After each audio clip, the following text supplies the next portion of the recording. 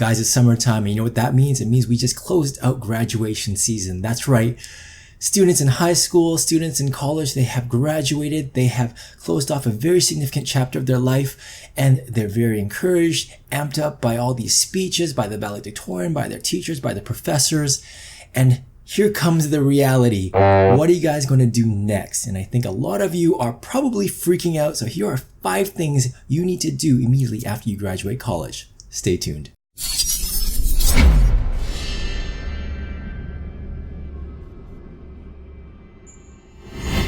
Hey guys, it's Brian back at you with another video where my goal is to mentor you to a rewarding career and to help you create a life you're proud of. And in that endeavor, today I'm going to share with you 5 things you need to do immediately after college, or what I will call 5 pillars in terms of your strategy, what your game plan is going to be. So you don't want to miss this. But before we get into it, of course, you need to know who I am. If this is your first time joining, thank you. And don't forget to like and subscribe. Now, if you don't know who I am Brian. I mentor college students. I mentor people that are entering the adult life, or those that are a little bit lost in their career, and they could be young adults and they could be not so young adults, and I help them through that entire process. You can check out my website. It has my credentials below, and of course I'm here to answer questions and post it on YouTube. So fire me your career questions, fire me your personal development or relationship questions, and I'll get to them in a future video just like this one. Of course, this advice is always free, and if you want something that's more tailored to you, if you want to work with me personally, you can. You'll find all my products and services on my website. I'll have links in the description down below.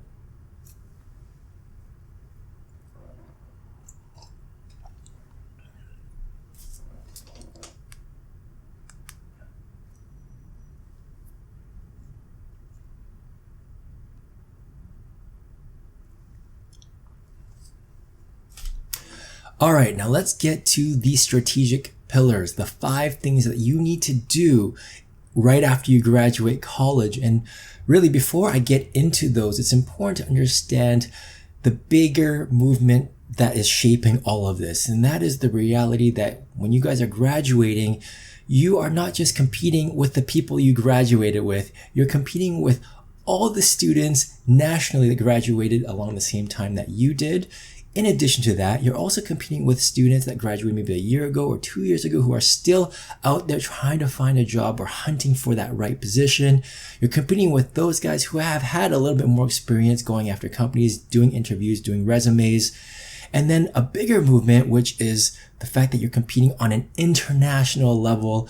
There are people in another country who have graduated recently and are also in the hunt to come to North America and go after the same jobs as you are. So this is a very, very competitive environment that you happen to be in. This is the reality. And it's very, very important that you start thinking about the things that you need to do immediately. You're going to find other channels that tell you that, you should travel, you can go explore and do some things that are more fun. And of course, you can do all of those things. However, the 5 strategic pillars I'm going to be sharing with you today are going to encompass that. They could encompass that, but at the same time are really going to focus in on how to solve and how to keep yourself ahead of the competition, especially behind this really important movement or trend that we're seeing. Of course, I don't mean to scare you all, but it is a reality, and this is why I'm giving the advice I'm giving, so that you can get ahead of that, so you can start thinking about that, and so that you don't become like everyone else, and they're going to fall into other traps that we're going to talk about later today. So the other thing to keep in mind is that these 5 strategic pillars, or 5 things that you need to do, are not told or presented in any specific priority or order. They're all equally important, so be sure to listen to all 5.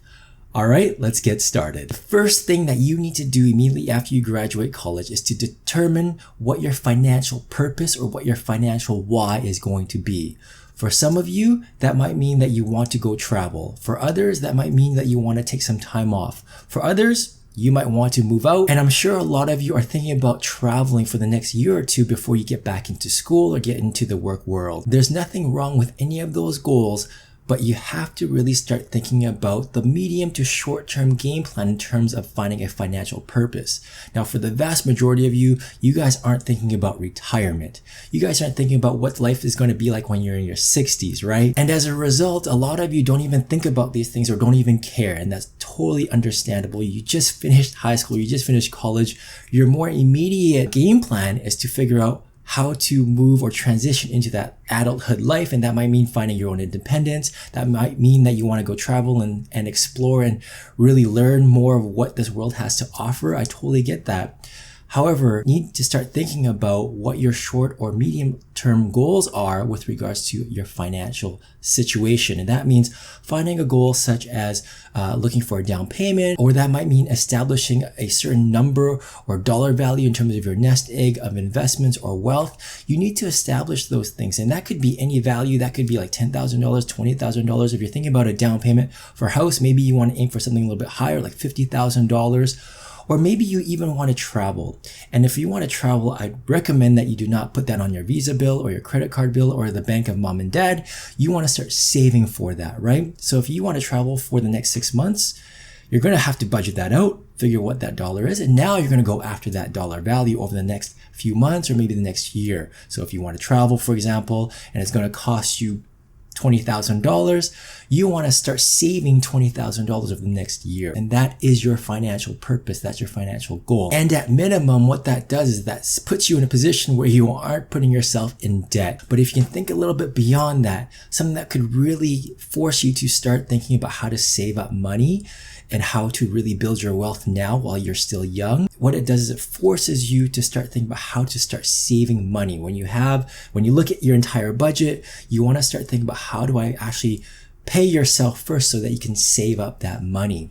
And whatever that goal is, it's going to force you into those habits, right? And that's what's really important. It's good for you to start saving for a down payment. That's because the vast majority of you aren't even thinking about it. And that's probably the most easiest and biggest goal at this stage of your life that you need to encompass or factor in. And that's going to put you way ahead of all your friends and your family and other students and other people at your age that don't even think about this. They're so busy thinking of the short-term gratification. That's all they're thinking about right now. They just want to go party. They just want to go out with their friends. They want to go eat at the nicest restaurants. And it's fine to do all of that. But the important piece is that you're doing all of that, but you're also building in that savings so that you can get to your financial why. And that is the key purpose of the first tip. Strategic pillar number 2, and that is determining your career purpose, your career why. Now, before you guys all give me flack and say, duh, of course that's a given. That's an obvious one, Brian. Like, that's not even a tip. Well, here's the thing. A lot of students, when they graduate, they find some sort of job, right? Whatever they can get in their field or whatever they can get that can pay some bills. And then they forget about what they really wanted. They're just now living paycheck to paycheck or week by week. And they may be progressing in their career, but they're not really thinking about what they really want for the career, what really goes into their hearts, what really is congruent with what their values are, what they really want to do, or what they're really passionate about. For a lot of people, what happens is they land a job, earn a decent salary, and then over time gradually progress, maybe get promoted, maybe earn more money, and then they end up settling with a partner, and then they, have a family. And before you know it, you're completely invested and you have all these payments to pay, right? You've got your car payment, you've got daycare to pay for, you've got your house payment, you've got all these things that you need to pay for. And now you're actually financially trapped. And now you don't have the freedom to think about what your career why is, which is why I'm forcing you to start thinking and putting this as your number 2 strategic pillar, which is to focus on a career why and to think about that today. And so that you don't fall into the trap, a salary person, right? You really want to start thinking and investing in the time and the work to determine what your real career passion would be. What is your real career calling? What is that going to be? I know a lot of you guys aren't going to know that now, but it's important to start thinking about that and doing the work today. And over the next 6 months to a year to 2, maybe 5 years. You might not know until that time, but it's always in your head or purpose to start thinking about that. When you do land a decent job and you do get a decent salary, that you aren't tied to it. You're always thinking about in the back of your mind, and also when you have spare time, to start thinking about, okay, what do I really want to do? And that's why I'm stressing this second strategic pillar, which is finding out your career purpose, finding out your career why. It's so important to not lose sight of that. And I think a lot of people do, and which is why, yes, it's really obvious, but it's definitely worth mentioning, definitely worth reminding, and definitely worth forcing you to put this on your to-do list. Now, the third strategic pillar, the third thing that you need to do immediately after you graduate college, is to establish a personal why, a personal goal, a personal purpose that would really stretch you out of your comfort zone and build you up into a better person to add to your skill set. Case in point, perhaps maybe you're not happy with your body image. Maybe you want to get into better shape.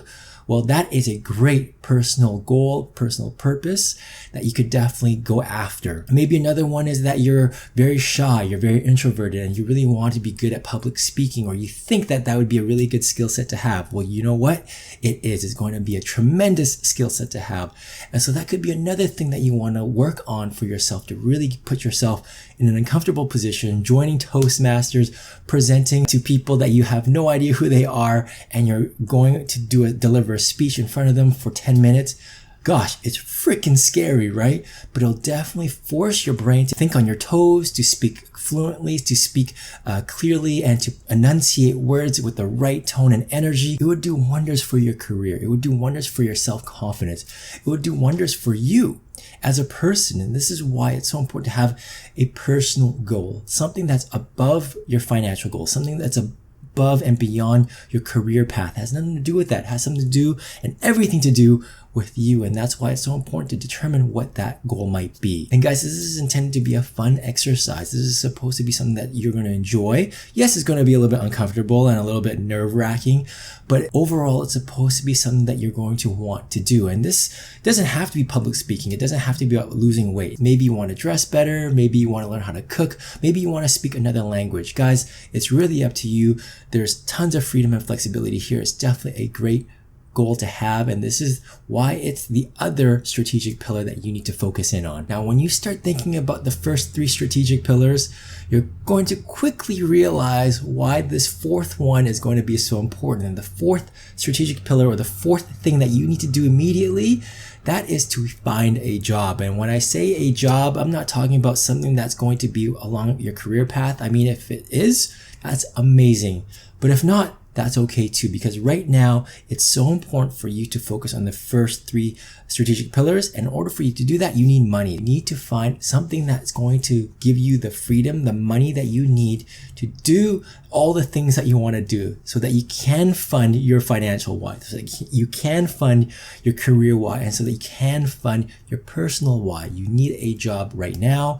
That might mean that you need to find something where you're not super picky about it, that might not be in line with your major that you studied in college. That's okay, as long as it pays well and it gives you some new skill sets, gives you some new experiences, gives you some good references. That's pretty good already.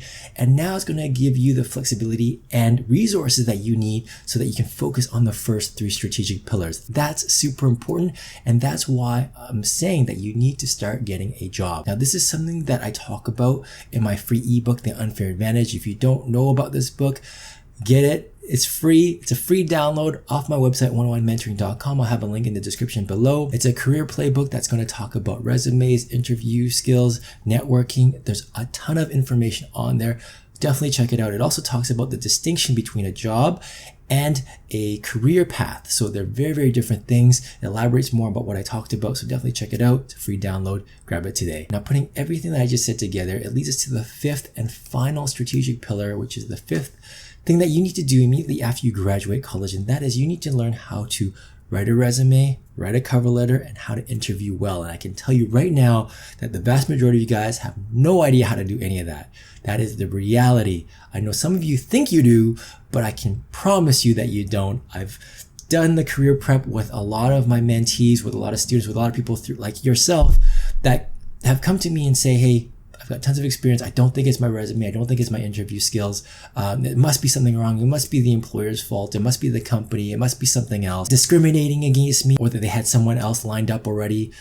Maybe, but when I work with them, all of a sudden I reveal all these gaps. So it's so important that you really know how to interview well. You know how to write a good cover letter and resume that will really capture the attention of the hiring manager, of the recruiter, or of the HR rep. And remember, there is a huge movement against you. There are all these people at a national level, international level, and people that have graduated a year ago or 2 years ago who have had more experience going through the interview or onboarding process with a hiring company. And so they have more of an advantage than you do as a result, which is why you need to take every effort or every means necessary to really build yourself up. And to arm you with this is why I really recommend that you download my free ebook, The Unfair Advantage. That's number one. And number two, if you are interested or more intrigued and want to learn more about how you can really hone in on these skills, go to my website, 101mentoring.com. Go to my products and services. There is the career prep course. It's a one-on-one session.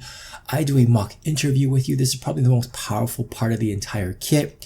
We also have a Q&A. I go through your resume. I go through your cover letter as well. And we do a deep dive critique. I give you the real advice. I give you the real critique. It's a little bit uncomfortable, but I call you out on it. And this is why it's so important. And this is what separates you from everyone else. And I know some of you are probably thinking, oh my God, Brian, you're just plugging in your session. Well, yeah, probably it is kind of the case. But the reality is that, like I said, there's so much happening against you. And I mentor these students and I mentor younger adults, or I met like these older guys that are trying to transition in their career, and they're really having a hard time because I know what the competition is like against them. And even when I'm interviewing people, I see that in front of me. I can see one candidate, I see what they're trying to do, I see how they're struggling, and then I interview another one like 2 days later and they're just killing it. And it's almost not even fair to the previous guy. And I just feel like there's so much that they could have tapped into, that they could have learned, that they could have prepared for, and they just didn't do the work. So yes, to a certain degree, I guess by its inherent nature, although that's not the intention, I am plugging in my course. But the reality is that how could you afford not to do it? How could you afford not to hone in on your interview skills? How to not prepare for the interview properly? Or how you don't want to write a really good, strong resume or cover letter? I mean, think about it. It's going to cost you your salary, right? Like $60,000, $50,000 a year. If you think of it from that standpoint, decide to sign up for a session with me. Let's say what, $150, $200? Compared to $60,000 a year, I think you're definitely getting your money's worth. And at the same time, these skills are going to be with you for life. Guys, I just feel so bad when I'm interviewing these people and I see this movement, I see this trend that's happening. And then every time a new college student or a recent grad comes in fully unprepared, it just breaks my heart. And I really want to encourage you guys to not repeat that mistake. So there you go, guys. The 5 things that you need to do immediately after you graduate college. I hope you found this helpful. I hope you found this real talk helpful. I know this probably isn't something that you guys all wanted to hear. Maybe you wanted me to tell you that it's okay to go travel and do all these things that and have fun with all your friends. Of course, you can do all of those things. By all means, I'm not stopping you. But here are the 5 things that you really need to consider. These are the 5 things that really matter, that really count at the end of the day. So I'm going to leave it there. If you have a question that you want me to answer in a future video, if you have a follow-up question to this video, if you want to know more, if you're not sure about what I was talking about or want me to elaborate, you know where to find me. Submit your questions to me on my website. Leave a comment down below. Whatever the case, reach out to me. I love hearing from you guys. Thank you so much for watching, and I'll see you next time. Cheers.